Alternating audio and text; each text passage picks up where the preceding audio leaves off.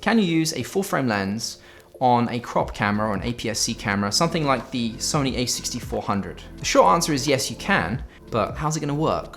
What's gonna be different? Is there any negatives to it?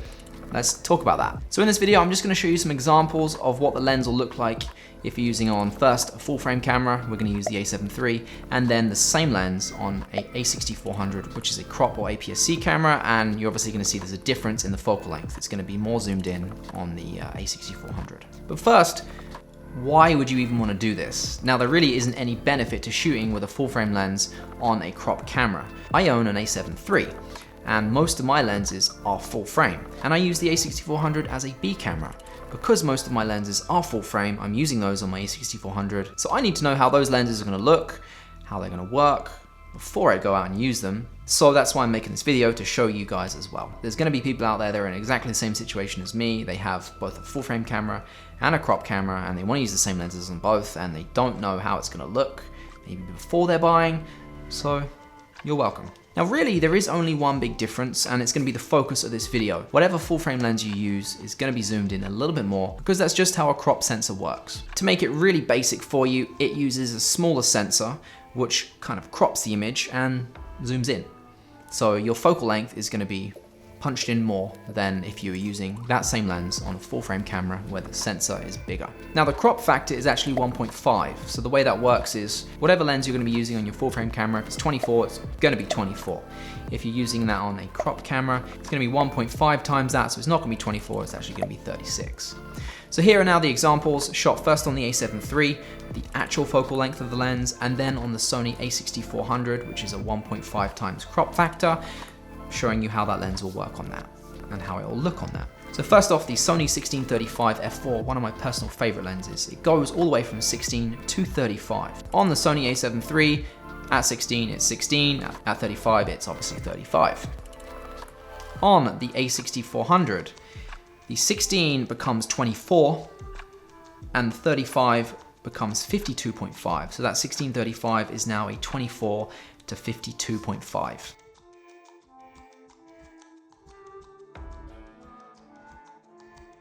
Sony 24mm f1.4 G Master, beautiful lens.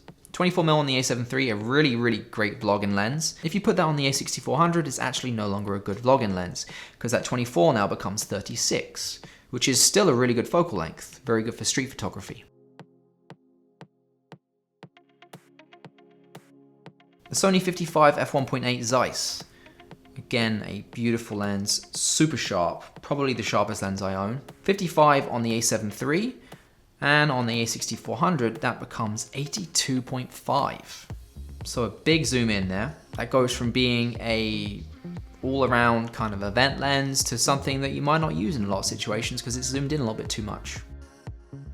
And then a sniper lens, the Sony 70-200 f4. On the A7 III, it's obviously 70 all the way up to 200 and everything between.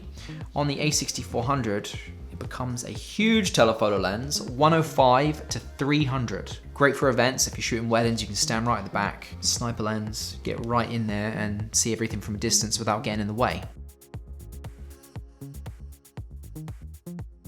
So that is using full frame lenses on a crop body and the examples to go with it. There are some people out there that tend to think that using a full frame lens on a crop body actually yields a better image from that lens. Now the reason being is most of the weaknesses of a lens are actually around the edges, in the corners.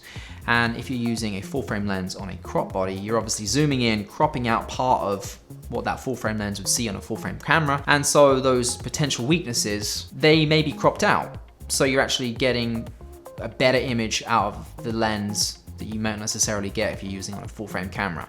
Again, as I said, only some people tend to think this. A lot of other people don't really think there's any difference. I'm not a pixel peeper. I'm not doing any research into that. I haven't done any. I'm not giving you examples. I just wanted to let you know. But let's look at it this way. If it is better, great. I can tell you it's never going to be any worse. So really, you don't have to worry. For the most part, full frame Sony lenses are incredibly expensive compared to the crop versions. If you don't own a full frame camera, I wouldn't bother picking up any of the full frame lenses. It's just not worth it. Get the cheaper counterpart, the APS-C crop version. There's some great lenses out there.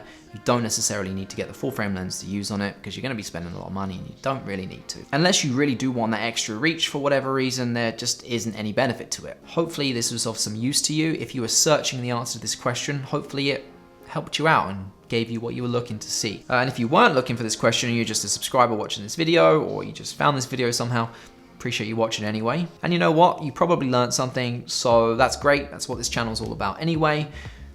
So there you go, you're welcome. All right, that's the end of that. Do the things, liking and subbing and stuff like that. And I'll see you guys in the next video. See you later.